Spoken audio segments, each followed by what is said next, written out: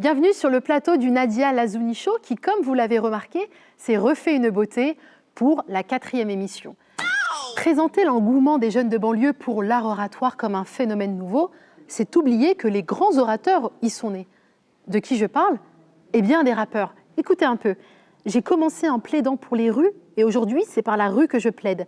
C'est dans ces termes qu'un ancien rappeur, devenu avocat, justifie sa reconversion professionnelle qui s'inscrit finalement dans la continuité de son parcours. Et à bien y réfléchir, un battle de mic, c'est pas un concours d'éloquence? Et lorsqu'un rappeur déclame son texte dans une salle de concert, c'est un peu l'avocat qui plaide dans le prétoire du juge. Cicéron disait « on est poète et on devient orateur ». Le rappeur n'est-il pas un peu le poète de la rue? Pour vous en convaincre, allons à la rencontre de notre invité avec qui l'on parlera d'art oratoire au service de la banlieue.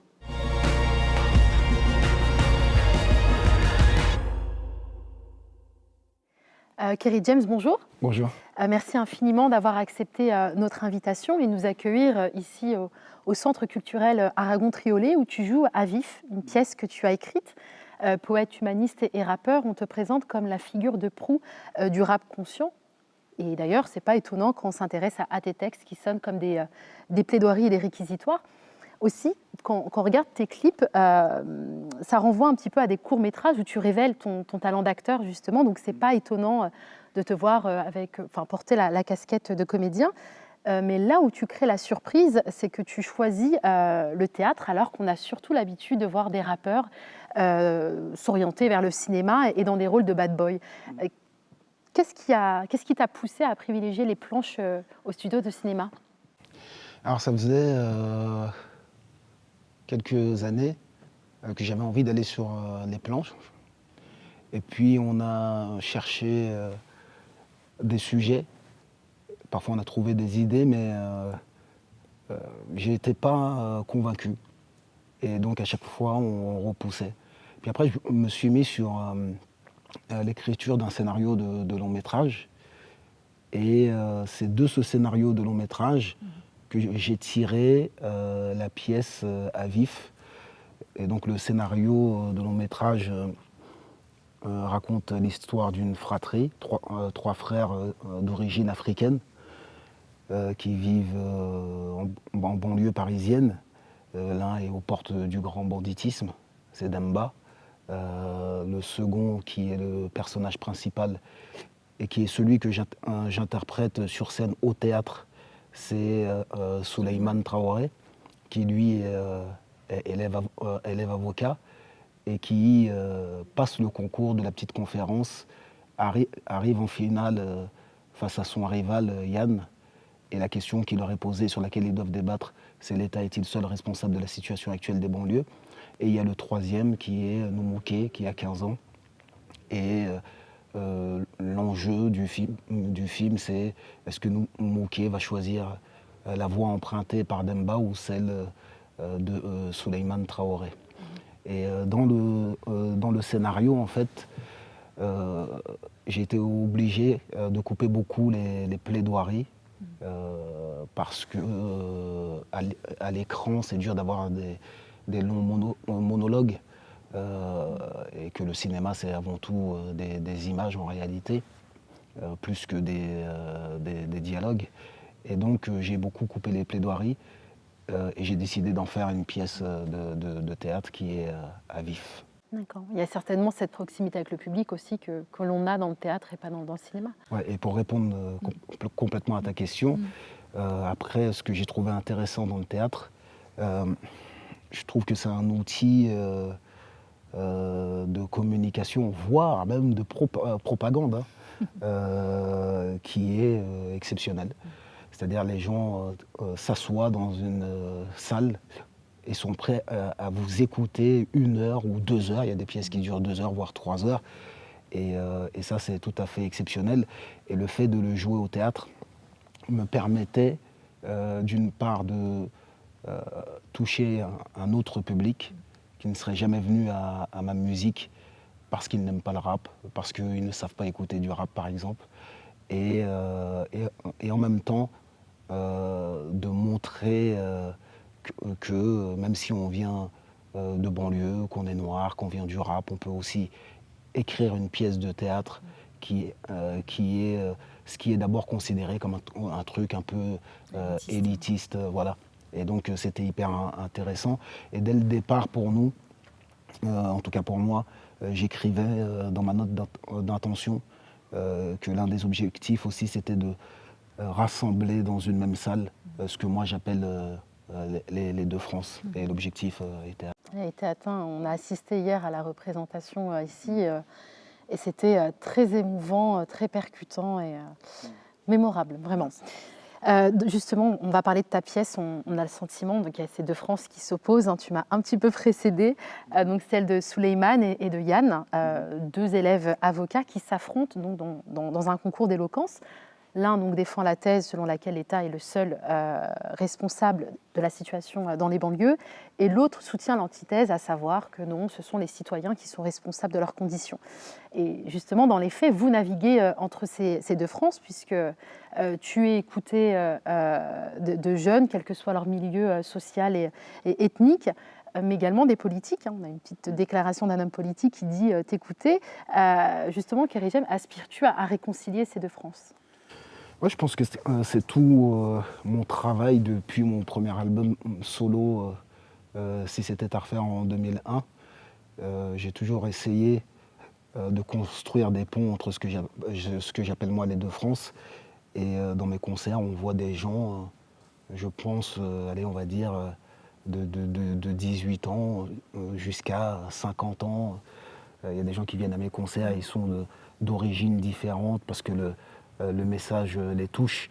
Et même si je parle beaucoup de la condition des banlieues ou des gens auxquels je peux m'identifier ou qui s'identifient à moi, le message est universel et touche tous ceux qui ont de la sensibilité, je pense. Et donc voilà, mon travail a toujours été celui-là, même si des fois j'ai été accusé. Parce que ce que font certaines personnes, c'est qu'ils prennent une partie de mon message, ils prennent un morceau et ils le sortent de l'ensemble d'une carrière. Alors c'est sûr, si on prend Lettre à la République, et qu'on le sort de l'ensemble de ma carrière, on va dire que je suis quelqu'un qui divise. Mais Lettre à la République est venu après, ou plutôt après Lettre à la République, il y a Constat amer, dans lequel je dénonce aussi nos propres contradictions, le manque de solidarité qu'il peut y avoir entre personnes issues de la banlieue ou encore des gens qui sont issus des classes moyennes. Il y a aussi Banlieusard qui est un hymne à la réussite, voilà, donc c'est un ensemble, quoi. Ouais. On va parler maintenant de l'engouement des jeunes de banlieue pour les métiers du droit, qui est une constante depuis au moins 20 ans. Et on est immédiatement tenté de penser, et moi la première, que cet engouement se justifie par un besoin de revanche sociale ou la recherche d'un idéal de justice. Et en fait, j'ai discuté avec un ami avocat issu de la banlieue et il me disait « Mais non Nadia, si tu fais du droit pour chercher la justice, ben, tu te prépares à de nombreuses déconvenues. » Il me dit « Nous, on fait du droit pour se battre. Et on sait qu'on ne gagnera jamais, mais on le fait pour se battre. » Est-ce que c'est pour cette raison, justement, que tu as choisi d'incarner un rôle d'avocat dans ta pièce, là où tu aurais pu mettre en scène, finalement, deux amis lambda, d'origine sociale différente, qui échangent un point de vue? Déjà, moi, il n'y a pas beaucoup de métiers que j'aurais voulu faire. Et parmi les métiers qui m'auraient intéressé, il y a celui d'avocat. Il y a aussi celui de journaliste. Et après, paradoxalement, celui de maçon. Mais je sais que je n'en aurais pas eu la force. Et je pense que ces deux métiers, avocat et journaliste, je les ai pratiqués à travers ma musique. J'ai défendu des causes, j'ai informé de certaines choses qui étaient cachées. Après, pourquoi avoir choisi d'interpréter un personnage qui est avocat, parce que déjà il y a un truc sur la parole qui est hyper important, et parce que je pense que la parole est une arme, et que quand elle est bien utilisée, elle peut pallier à la violence. Donc je pense que c'est d'abord pour ça. Et je voulais montrer que nous aussi, on pouvait être éloquent, on pouvait être persuasif. Voilà. Kerry James, maintenant on va parler de tes origines, si tu le veux bien.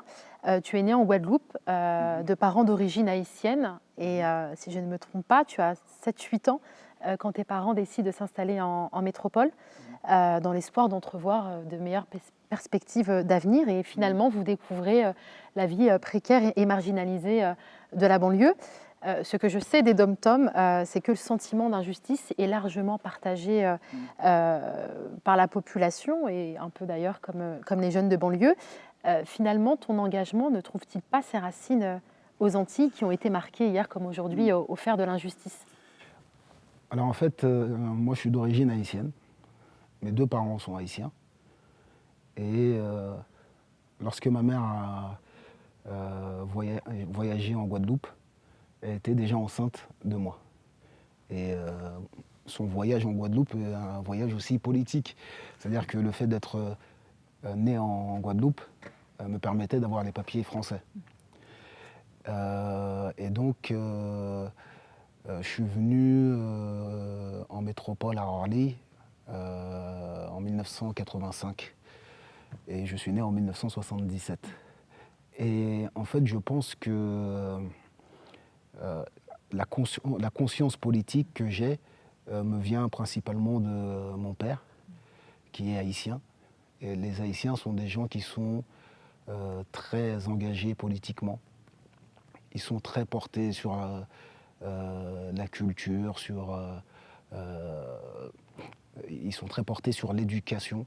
C'est pour ça d'ailleurs que quand je suis arrivé ici, mon père m'a inscrit dans une pension pour que je puisse suivre des études, de grandes études. Et bon, je l'ai déçu malheureusement.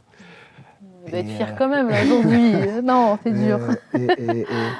Et donc, je pense que ça me vient de là.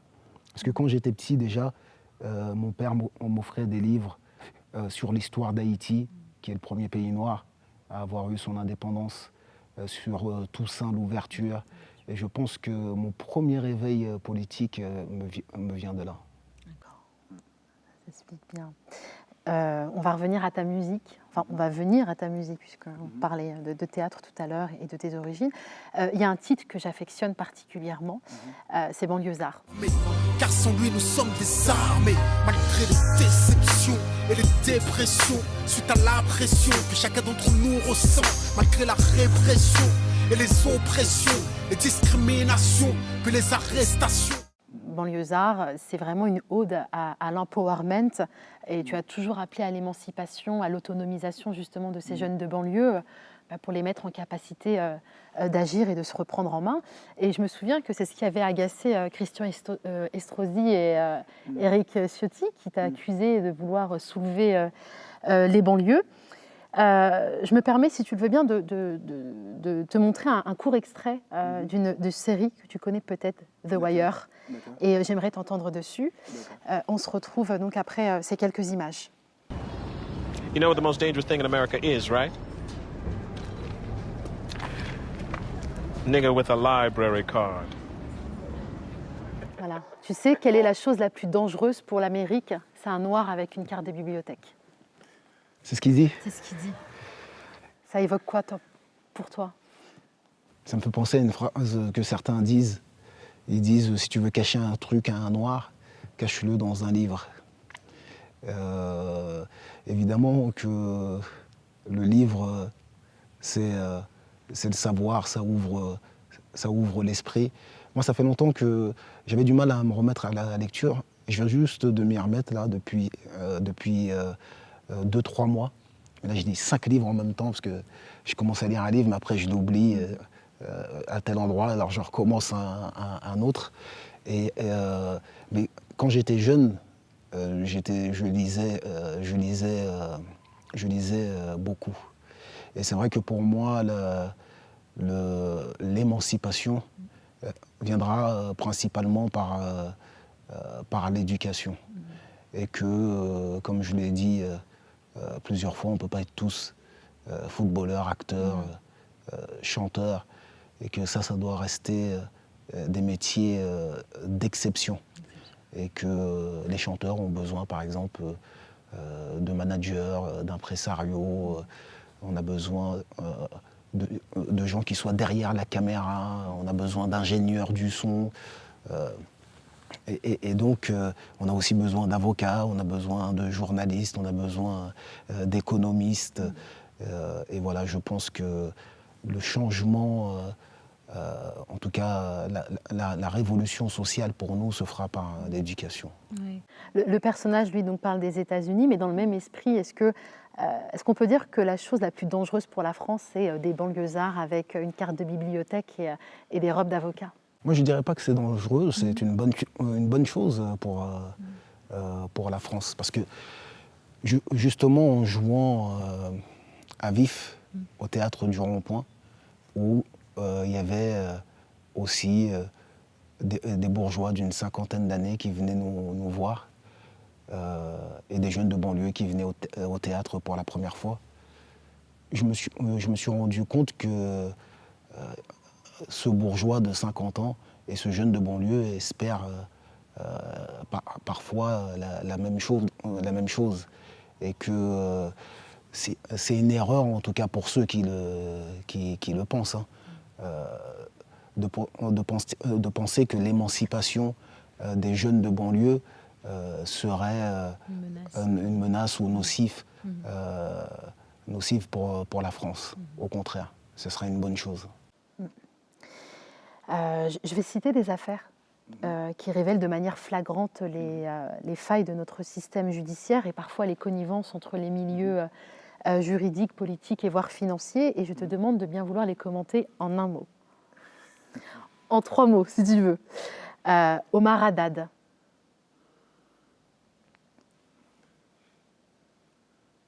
C'est difficile en 3 mots. Alors, tu es libre, c'est un exercice.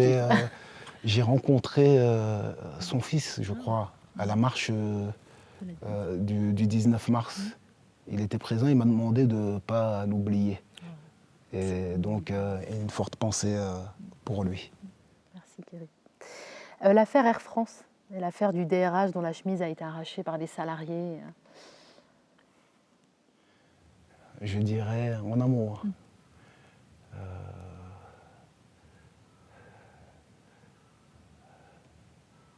En 2 mots. Ouais. Pas étonnant. Pas étonnant, ok.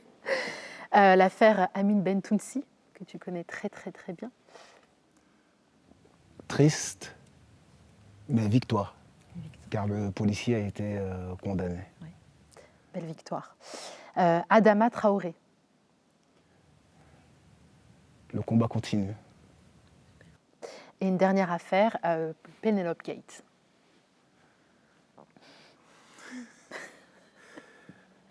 Drôle, du coup. Alors, je commence à avoir un souci, moi, avec cette affaire.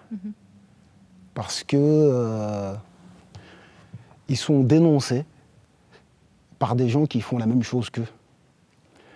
Et ils veulent leur faire porter le chapeau de la corruption qui est organisée dans notre pays et qui est systématique. Et là, ça commence à me déranger. Fillon n'est pas le seul à se servir dans les caisses de l'État. Et donc c'est comme si on voulait que la corruption, que Fillon symbolise la corruption. Et on essaie de nous faire croire que lorsque Fillon disparaîtra, la corruption disparaîtra avec Fillon. Et ce qui est faux. D'accord, donc ça serait les mots, ça serait peut-être dérangeant et hypocrite. Super, ouais. Dérangeant et hypocrite. Kerry Diaz, donc tu es un poète humaniste, rappeur, scénariste, comédien, comme on l'a dit tout à l'heure, mais pas seulement. Tu soutiens de nombreux projets d'aide sociale et humanitaire. Tu as également fondé ton propre site d'information, lebanlieusard.fr. Tu parraines l'émission politique Parole d'honneur, entre autres initiatives. Tu es un peu en fait notre Jarod dans la série Caméléon, série que les jeunes de moins de 20 ans ne peuvent pas connaître. Et en fait, j'ai lu et relu ta lettre à la République et je ne peux pas m'empêcher de faire le lien avec le manifeste de Stéphane Hessel. Indignez-vous. Et je rêve d'un jour où tu écriras un manifeste de cet acabit qui serait le livre de chevet des jeunes de banlieue. Et je te demande, est-ce que je vais encore rêver longtemps ? J'ai pas cette prétention, mais pourquoi pas? Je ne m'interdis pas. Mais je pense que lettre à la République et banlieusard et constat amer peuvent être un manifeste en soi. Et peut-être il faudrait les prendre et les développer en les expliquant. D'ailleurs, j'ai eu l'idée de le faire là avec le morceau Racaille, mais peut-être qu'il faudrait le faire sur ces 4 morceaux-là. Un petit recueil de... Voilà, on partirait des phrases du texte et ensuite on les expliquerait, on les développerait. Ça pourrait être intéressant. On a hâte de voir ça. Et enfin, ma dernière question, et je vais m'autoriser une petite digression. Loin de ce tourbillon d'injustice qui mobilise nos forces, notre énergie, quelle est la plus belle chose que tu aies découverte ou la plus belle expérience que tu aies vécue cette dernière année ? Cette dernière année. Ouais. J'aurais pu dire ce dernier mois, mais Parce que cette dernière année, j'ai beaucoup travaillé. Ouais. Donc. Bon, alors ces 3 dernières années, ça va ?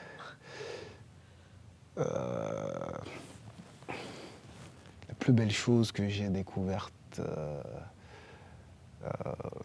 ça peut être quoi, un endroit Ce qui te vient à l'esprit, là. Quelque chose de beau, quelque chose d'émouvant. En tout cas, je peux parler des endroits où je me sens le mieux. Ouais. Je veux parler du Caire, par exemple. Ouais. C'est une ville dans laquelle je me sens très bien. Parfois, je suis resté 2 mois, 3 mois. Et voilà, la question m'inspire le Caire. Voilà. D'accord. Ouais. Merci encore, Kerry James. Surtout que tu n'as pas beaucoup de temps et que tu dois répéter là pour la représentation qui commence à 20h30. Merci de m'avoir reçu. Eh bien, merci à toi. Et c'était très intéressant. Eh bien, c'est super. On est ravis et on espère que tu honoreras une autre invitation pour une autre émission. Avec plaisir. On pourrait parler, par exemple, d'Haïti, du devoir de mémoire, de l'esclavage, je ne sais pas, ou d'un sujet. D'accord, avec plaisir. T'inspirera. Merci. Eh bien, maintenant, on va retrouver nos chroniqueuses Myriam et Nassima pour nous parler d'innovation sociale, foodies, culture, tendance et tout ce que vous voulez d'autre. À tout de suite.